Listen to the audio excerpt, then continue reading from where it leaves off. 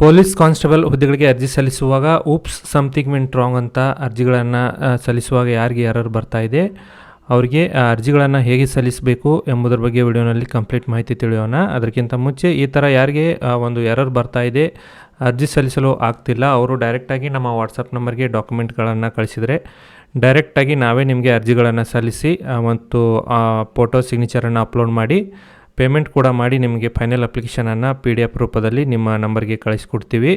ಅರ್ಜಿ ಸಲ್ಲಿಸಲು ಡಿಸ್ಪ್ಲೇ ಮೇಲೆ ಕಾಣುತ್ತಿರುವ ನಂಬರ್ ನೋಡಿ 6362655407 ಈ ವಾಟ್ಸಪ್ ನಂಬರ್ಗೆ ನಿಮ್ಮ ಡಾಕ್ಯುಮೆಂಟ್ಗಳು ಮತ್ತು ಅರ್ಜಿ ಶುಲ್ಕವನ್ನು ಒಂದು ಫೋನ್ಪೇ ಮಾಡಿದರೆ ನಾವು ಅರ್ಜಿಗಳನ್ನು ಸಲ್ಲಿಸಿ ತಮಗೆ ಕೊಡ್ತೀವಿ.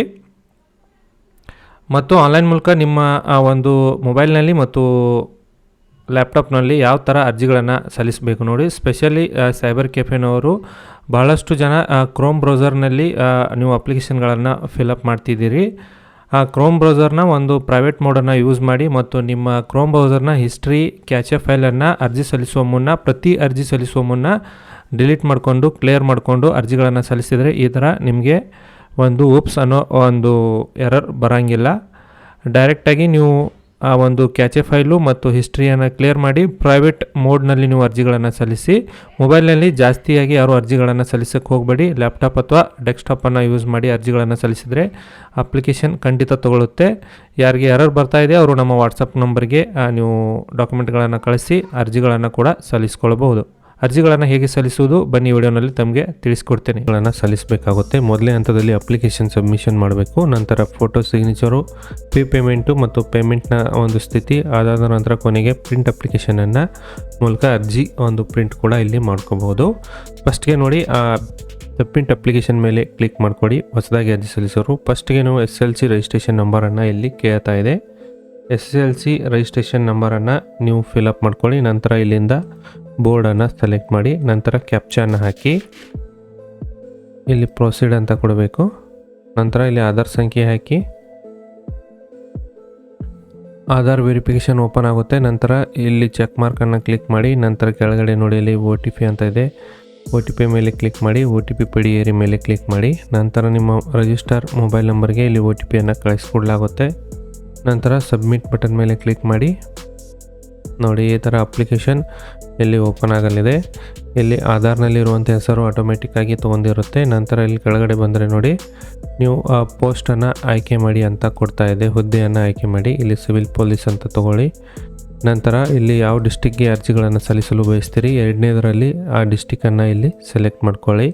ನಂತರ ಅಪ್ಲಿಕೇಶನ್ ನೇಮು ತಾಯಿ ಹೆಸರು ತಂದೆ ಹೆಸರು ಆಟೋಮೆಟಿಕ್ಕಾಗಿ ತೊಗೊಂಡಿರುತ್ತೆ. ನಂತರ ಇಲ್ಲಿಂದ ಜೆಂಡರನ್ನು ಸೆಲೆಕ್ಟ್ ಮಾಡಿ ರಿಸರ್ವೇಷನ್ ಕ್ಯಾಟಗರಿ ಯಾವುದಿದೆ ನೋಡಿ ಅದನ್ನು ನೀವು ಇಲ್ಲಿ ಸೆಲೆಕ್ಟ್ ಮಾಡ್ಕೋಬೇಕು. ನಿಮ್ಮ ರಿಸರ್ವೇಷನ್ ಕ್ಯಾಟಗರಿ ಸೆಲೆಕ್ಟ್ ಮಾಡಿ ಇಲ್ಲಿಂದ ನೀವು RD ಸಂಖ್ಯೆಯನ್ನು ಫಿಲಪ್ ಮಾಡ್ಕೋಬೇಕಾಗುತ್ತೆ. ಸದ್ಯಕ್ಕೆ ಜನರಲ್ನಲ್ಲಿ ಅರ್ಜಿ ಸಲ್ಲಿಸೋರು GM ಅಂತ ತಗೊಳ್ಳಿ. ನಂತರ ಇಲ್ಲಿ ನಿಮ್ಮ ಒಂದು ಪರ್ಮನೆಂಟ್ ಅಡ್ರೆಸ್ಸನ್ನು ಫಿಲಪ್ ಮಾಡ್ಕೋಬೇಕಾಗುತ್ತೆ ನೋಡಿ. ಸ್ಟೇಟು ಡಿಸ್ಟಿಕ್ಕು ತಾಲೂಕು ಯಾವುದಿದೆ ಅದನ್ನು ಸರಿಯಾಗಿ ಸೆಲೆಕ್ಟ್ ಮಾಡ್ಕೊಳ್ಳಿ. ಪಿನ್ ಕೋಡನ್ನು ಹಾಕಿ ಅದೇ ರೀತಿ ಕಮ್ಯುನಿಕೇಷನ್ ಮತ್ತು ಪರ್ಮನೆಂಟ್ ಅಡ್ರೆಸ್ ಸೇಮ್ ಆಗಿದ್ದಲ್ಲಿ ಇದನ್ನು ಎಸ್ ಅಂತ ಕೊಡಿ. ಇದು ಆಟೋಮೆಟಿಕ್ಕಾಗಿ ಫಿಲಪ್ ಆಗುತ್ತೆ. ನಂತರ ಇಲ್ಲಿ ಮೊಬೈಲ್ ನಂಬರನ್ನು ಹಾಕಬೇಕಾಗುತ್ತೆ. ನೀವು ಮೊಬೈಲ್ ನಂಬರ್ ಹಾಕಿ ಇಮೇಲ್ ID ಹಾಕಿ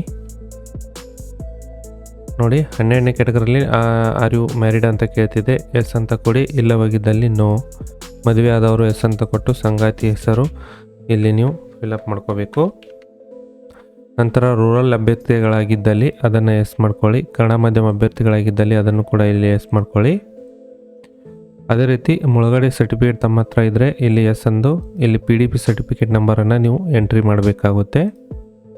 ಅದೇ ರೀತಿ ಮಾಜಿ ಸೈನಿಕ ಅಭ್ಯರ್ಥಿಗಳಾಗಿದ್ದಲ್ಲಿ ನೋಡಿ ಇಲ್ಲಿ ಎಸ್ ಮಾಡ್ಕೋಬೇಕು.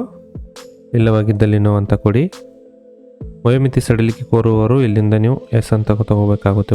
ವಯೋಮಿತಿ ಸಡಿಲಿಕೆ ಇದ್ದವರು. ನಂತರ ಇಲ್ಲಿ SSLC ಡೀಟೇಲ್ಸ್ ಆಟೋಮೆಟಿಕ್ಕಾಗಿ ತೊಗೊಂಡಿರುತ್ತೆ. ಅದಾದ ನಂತರ ಇಲ್ಲಿ PUCಯನ್ನು ಸೆಲೆಕ್ಟ್ ಮಾಡಿ PUC ರಿಜಿಸ್ಟ್ರೇಷನ್ ನಂಬರನ್ನು ಇಲ್ಲಿ ಕೇಳ್ತಾ ಇದೆ. PUCಯ ಒಂದು ರಿಜಿಸ್ಟ್ರೇಷನ್ ನಂಬರು ಮತ್ತು PUC ರಿಜಿಸ್ಟ್ರೇಷನ್ ನಂಬರ್ ಹಾಕಿ ನಂತರ ಪಾಸಿಂಗ್ ಇಯರನ್ನು ಸೆಲೆಕ್ಟ್ ಮಾಡಿ. ಅದಾದ ನಂತರ ಇಲ್ಲಿ ನೋಡಿ ಆಟೋಮೆಟಿಕ್ಕಾಗಿ ಹೆಸರು PUCಯಲ್ಲಿ ಇದ್ದಂತೆ ಆಟೋಮೆಟಿಕ್ಕಾಗಿ ಪಿಚ್ ಆಗುತ್ತೆ. ಮಾರ್ಕ್ಸ್ ಕೂಡ ಆಟೋಮೆಟಿಕ್ಕಾಗಿಯೇ ತಗೊಳುತ್ತೆ. ಅದಾದ ನಂತರ ಇಲ್ಲಿ ಬೋರ್ಡ್ನ ಹೆಸರನ್ನು ಕೇಳ್ತಾ ಇದೆ.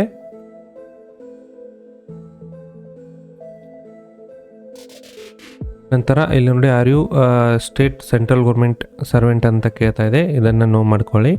ನಂತರ ಇಲ್ಲಿ ಆಧಾರ್ ಕಾರ್ಡ್ ಡೀಟೇಲ್ಸ್ ತಾನೇ ಆಟೋಮೆಟಿಕ್ಕಾಗಿ ತೊಗೊಂಡಿರುತ್ತೆ. ಇಲ್ಲಿ CR ನಲ್ಲಿ ಯಾರಾದರೂ ಆಲ್ರೆಡಿ ಇದ್ದರೆ ಅವರು ಇಲ್ಲಿಂದ ಎಸ್ ಮಾಡಿ ಅದರ ಸಂಬಂಧಿಸಿದಂತೆ ಇಲ್ಲಿ ಮಾಹಿತಿಯನ್ನು ಕೊಡಬೇಕು. ಮತ್ತು are you forest area tribal person ಅಂದರೆ ಅವರು ಅರಣ್ಯ ಪ್ರದೇಶದಲ್ಲಿ ಇರುವ ಅಭ್ಯರ್ಥಿಗಳಾಗಿದ್ದಲ್ಲಿ ಅದನ್ನು ಇಲ್ಲಿಂದ SR ನೋ ಮಾಡ್ಕೋಬೇಕು. ನಂತರ ಇಲ್ಲಿ ಹೈಟನ್ನು ಕೇಳ್ತಾ ಇದೆ, ಹೈಟ್ ಹಾಕಿ ಆದ ನಂತರ ಚೆಸ್ಟನ್ನು ಹಾಕಿ ಇಲ್ಲಿ ಚೆಸ್ಟ್ ಎಷ್ಟಿದೆ ಸೆಂಟಿಮೀಟರ್ನಲ್ಲಿ ಹಾಕಬೇಕು. ಅದಾದ ನಂತರ PUC ಅಥವಾ SLCಲಿ ಕನ್ನಡ ಸಬ್ಜೆಕ್ಟನ್ನು ನೀವು ಇಲ್ಲಿ ಓದಿದ್ದೀರಾ ಎಂಬುದ್ರ ಬಗ್ಗೆ ಇಲ್ಲಿ ಮಾಹಿತಿ ಕೇಳ್ತದೆ, ಅದನ್ನು ಇಲ್ಲಿ ಎಸ್ ಮಾಡ್ಕೊಳ್ಳಿ. ಅದಾದ ನಂತರ ಇಲ್ಲಿ ಕಂಪಲ್ಸರಿ ಕನ್ನಡ ಎಕ್ಸಾಮಿನೇಷನ್ ನೀವು KE ಅಥವಾ KPSC ನಡೆಸುವ ಪರೀಕ್ಷೆಯಲ್ಲಿ ಪಾಸಾಗಿದ್ದರೆ ಅದನ್ನು ಎಸ್ ಮಾಡ್ಕೋಬೇಕು, ಇಲ್ಲವಾಗಿದ್ದಲ್ಲಿ ನೋ. ನಂತರ ಡಿಕ್ಲೇರೇಷನನ್ನು ಕ್ಲಿಕ್ ಮಾಡಿ ಅಭ್ಯರ್ಥಿ ಪ್ರಿವ್ಯೂ ಅಂತ ತೋರಿಸುತ್ತೆ ನೋಡಿ, ಇಲ್ಲಿಂದ ಪ್ರಿವ್ಯೂ ಅಂತ ಕೊಡಿ. ನಂತರ ನಿಮ್ಮ ಮೇಲಿಂದ ಒಂದು ಸರಿಯಾಗಿ ಎಲ್ಲ ಡೀಟೇಲ್ಸನ್ನು ಸರಿಯಾಗಿ ನೋಡ್ಕೋತಾ ಬನ್ನಿ. ಏನಾದರೂ ತಮಗೆ ಎಡಿಟ್ ಮಾಡುವ ಅವಶ್ಯದಲ್ಲಿ ಎಡಿಟ್ ಅಂತ ಆಪ್ಷನ್ ಇದೆ ಕೊಟ್ಟಿದೆ, ಅಲ್ಲಿಂದ ಎಡಿಟ್ ಮಾಡ್ಕೊಳ್ಳಿ. ಇಲ್ಲವಾಗಿದ್ದಲ್ಲಿ ಒಂದು ಕ್ಯಾಪ್ಚಾ ಕಾಣುತ್ತೆ, ಕ್ಯಾಪ್ಚಾಯನ್ನು ಇಲ್ಲಿಂದ ಹಾಕಿ ನೋಡಿ. ಈ ಥರ ಅಪ್ಲಿಕೇಶನ್ ನಂಬರನ್ನು ತಮಗೆ ಇಲ್ಲಿ ಕೊಡಲಾಗುತ್ತೆ, ಇದನ್ನು ಬರೆದುಕೊಂಡು ಇಟ್ಕೊಳ್ಳಿ. ಅಪ್ಲಿಕೇಶನನ್ನು ಇಲ್ಲಿ ಬರೆದಿಟ್ಕೊಳ್ಳಿ.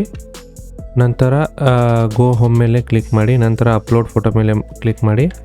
ನೋಡಿ ಈ ಥರ ಅಪ್ಲಿಕೇಶನ್ ನಂಬರ್ ಹಾಕಿ ಡೇಟ್ ಆಫ್ ಬರ್ತ್ ಹಾಕಿ ಕ್ಯಾಪ್ಚಾ ಹಾಕಿ ಇಲ್ಲಿಂದ ನೀವು ಫೋಟೋವನ್ನು ಅಪ್ಲೋಡ್ ಮಾಡ್ಕೋಬೇಕಾಗುತ್ತೆ. ನೋಡಿ ಈ ಥರ ಫೋಟೋ ಅಪ್ಲೋಡ್ ಮಾಡಿ ಸಿಗ್ನೇಚರನ್ನು ನೀವು ಅಪ್ಲೋಡ್ ಮಾಡ್ಕೋಬೇಕಾಗುತ್ತೆ. ನೋಡಿ ಈ ಥರ ಸಿಗ್ನೇಚರನ್ನು ಅಪ್ಲೋಡ್ ಮಾಡ್ಕೊಳ್ಳಿ. ನಂತರ ಫೀ ಪೇಮೆಂಟ್ ಮೇಲೆ ಕ್ಲಿಕ್ ಮಾಡಿ ಇಲ್ಲಿ ಅಪ್ಲಿಕೇಶನನ್ನು ಹಾಕಿ ಇಲ್ಲಿಂದ ನೀವು ಒಂದು ಅಪ್ಲಿಕೇಶನ್ ಫೀಸನ್ನು ಕಟ್ಟಬೇಕಾಗುತ್ತೆ. ನೋಡಿ ಈ ಥರ UPIನ ಇಲ್ಲಿ ಸೆಲೆಕ್ಟ್ ಮಾಡಿ ಕ್ಲಿಕ್ ಹೇಟು ಈ ಥರ ಒಂದು QR ಓಪನ್ ಆಗುತ್ತೆ. ಫೋನ್ಪೇ ಮೂಲಕ ನೀವು ಎಕ್ಸಾಮ್ ಫೀಸ್ ಕೂಡ ಡೈರೆಕ್ಟಾಗಿ ಇಲ್ಲಿನೇ ಕಟ್ಟಬೇಕು. ಯಾವ ಥರದ ಚಲನ್ ತುಂಬ ಅವಶ್ಯ ಇಲ್ಲ, ಡೈರೆಕ್ಟಾಗಿ ಆನ್ಲೈನ್ ಪೇಮೆಂಟನ್ನು ನೀವು ತುಂಬೋದು. ಅರ್ಜಿ ಸಲ್ಲಿಸಲು ನಮ್ಮ ವಾಟ್ಸಪ್ ನಂಬರ್ಗೆ ಡಾಕ್ಯುಮೆಂಟ್ಗಳನ್ನು ಶೇರ್ ಮಾಡಿ ಅರ್ಜಿಗಳನ್ನು ತಮಗೆ 5 ನಿಮಿಷದಲ್ಲಿ ಫಿಲ್ಅಪ್ ಮಾಡಿ ಕೊಡಲಾಗುತ್ತೆ. ಈ ಮಾಹಿತಿ ಇಷ್ಟ ಆಗಿದ್ದಲ್ಲಿ ಈಗಲೇ ಒಂದು ಲೈಕ್ ಮಾಡಿ. ನಾನು ಮತ್ತೆ ಭೇಟಿ ಆಗ್ತೀನಿ ಮುಂದಿನ ಉದ್ಯೋಗ ಮಾಹಿತಿಯೊಂದಿಗೆ. ಅಲ್ಲಿವರೆಗೂ ನಮಸ್ಕಾರ, ಧನ್ಯವಾದಗಳು.